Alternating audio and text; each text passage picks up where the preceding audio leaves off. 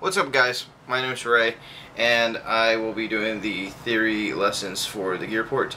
And I wanted to start easy, and we'll be getting into it. I'm still working on the curriculum, but hopefully we'll do 2 or 3 of these a week and really try to get everybody going theory-wise, because I know to some of y'all this stuff will be kind of refresher, but to some people like that don't know theory, hopefully this is really helpful to you guys.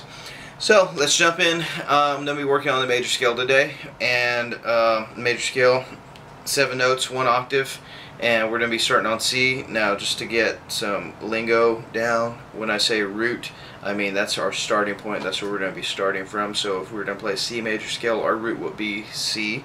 If we're going to play an A major scale, it would be A. D would be D, and so forth. When I say the dominant, I mean the 5th scale degree. And when I say scale degree, I mean that there's 7 with an octave. So C would be the first one. The 2nd scale degree would be D. 3rd scale degree E. So on and so forth. So if we did it in order, it'd be C, D, E, F, G. G would be our dominant because it's the 5th. So dominant means 5. And the leading tone is the 7th. Alright? So if we go C, D, E, F, G, A, B, B would be our 7th. Alright, and that would be the leading tone. Sound good? Sounds good. Alright, now there's a formula for the major scale that I want to talk about for a moment. It consists of whole step and half steps. Now, if you don't know what a whole step is, it's really simple. Just think of a whole step as in there's space between the 2 notes. Now, if you don't know your fretboard, take a minute, maybe a week, and learn your fretboard, because it's just going to make things a lot more easy. So, C to D, you have a whole step. Now, between C and C sharp, or C and D flat, that's just going to be a half step. So there are 2 naturally occurring half steps in music, E to F and B to C. Alright, so between E and F there's never going to be anything in between there, and between B and C there's never going to be anything between there. So those are just naturally occurring, so don't let them confuse you.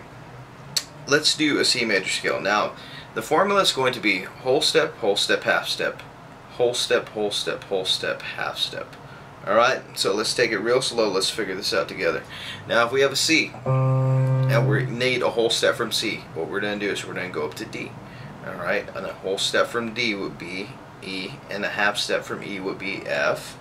Whole step from F would be G, a whole step from G would be A, a whole step from A would be B, and a half step from B would be C. Alright, so here what we have is C, D, E, F, G, A, B, C. Real simple stuff. Now, there's 2 ways of playing this. I showed you the way.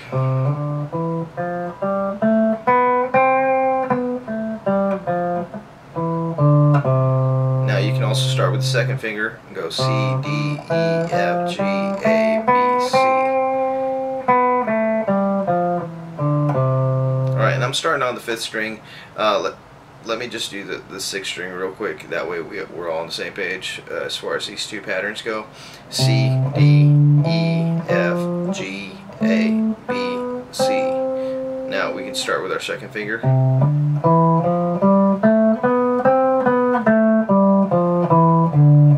Hope you can see my fingers. If not, it's real simple. You just got C, D on the 10th fret, E on the 7th, F on the 8th, G on the 10th, sorry, A on the 7th, B on the 9th, and C on the 10th. Now there are our octaves. Alright, and down here, those are our octaves. Okay, real simply put. Now, I'm going to show you the C major scale up 2 octaves, because it's always good to have 2 octaves under your belt. And then we're going to talk about extending that range as well, because what happens is that if you know as guitar players, we tend to be a little bit lazy because we have frets. Alright, so most people are like, okay, I know my C major scale. Oh, G, you need a G? That's cool, this root right here. A.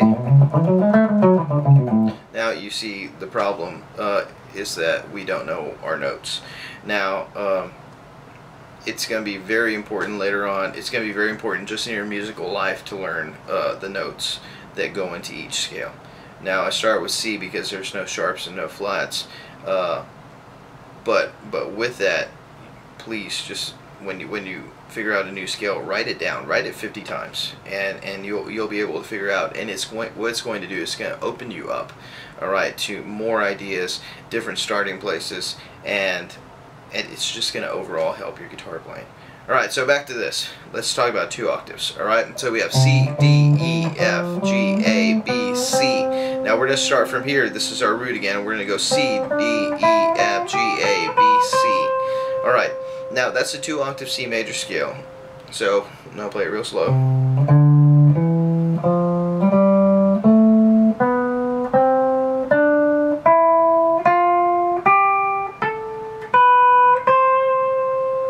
Alright, now work on getting some really good sounds out of your scales. Don't just try to go like super fast and just flurry them all together. Really try.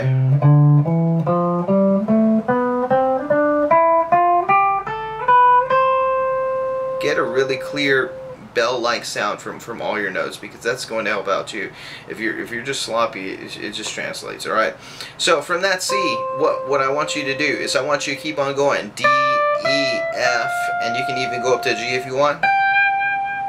Now what that's going to do is it's going to extend your range, and when I say extend your range, it means that if I am playing in a song that's in the key of C and I want to start soloing, well, my idea is,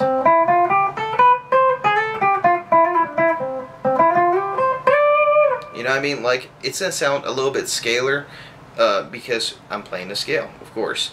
So to extend your ideas and extend your range, what you want to do is you want to use the entire fretboard across and even, you know, up and down the neck to play these scales. So if I'm playing the C and I'm going to be practicing it, you want to play the whole thing 2 octaves up, and then extend it a little bit more, as much as you can. Alright, same thing down here. If you're playing C, D, E, F, G, A, B, C, and you're going up to D, E, F, G, A, B, if you're not be doing that, extend it down. Go down to the G. B, A, G, A, B, C. So, and same formula, same idea with this.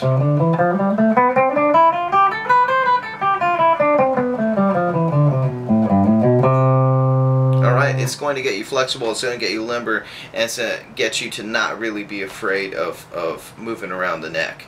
Alright, I think that's it for right now. I think if we just try to get that under our fingers for the next couple of days, then I'll go on to the minor scale, and then I'll go on to the relative minor, relative major, how to figure those out, and then we'll eventually get around to maybe next week or the week after into application and how to use these scales and figure them out.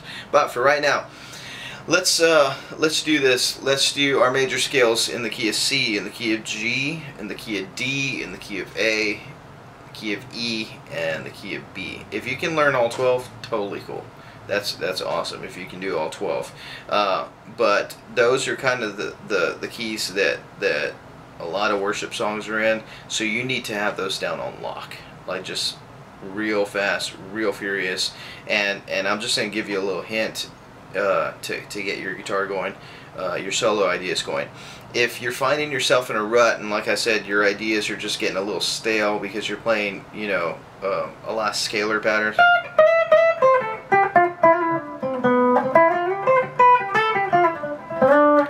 What I do is I try to move away from the very common places of playing scales. So obviously our common places are here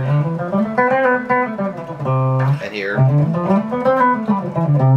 and here. And what I want to try to do is I'm going to try to force myself out of that and play like in a position that's not anywhere near those things, so that I force my mind to start thinking about what I'm actually playing, and so that I force my fingers to not get in those ruts. Because no matter what you do, if you're playing a scalar pattern, it's gonna sound that way. It's gonna translate that way. So think about starting in a place that just doesn't make sense. Like start on the 17th fret and play the C major scale.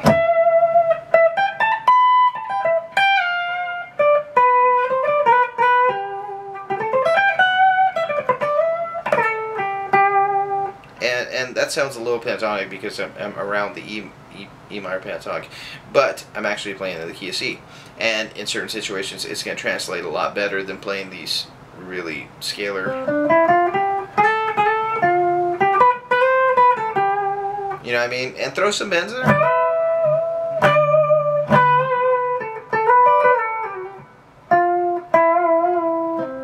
One thing I like to do also is to take the half steps and accent the half steps a lot.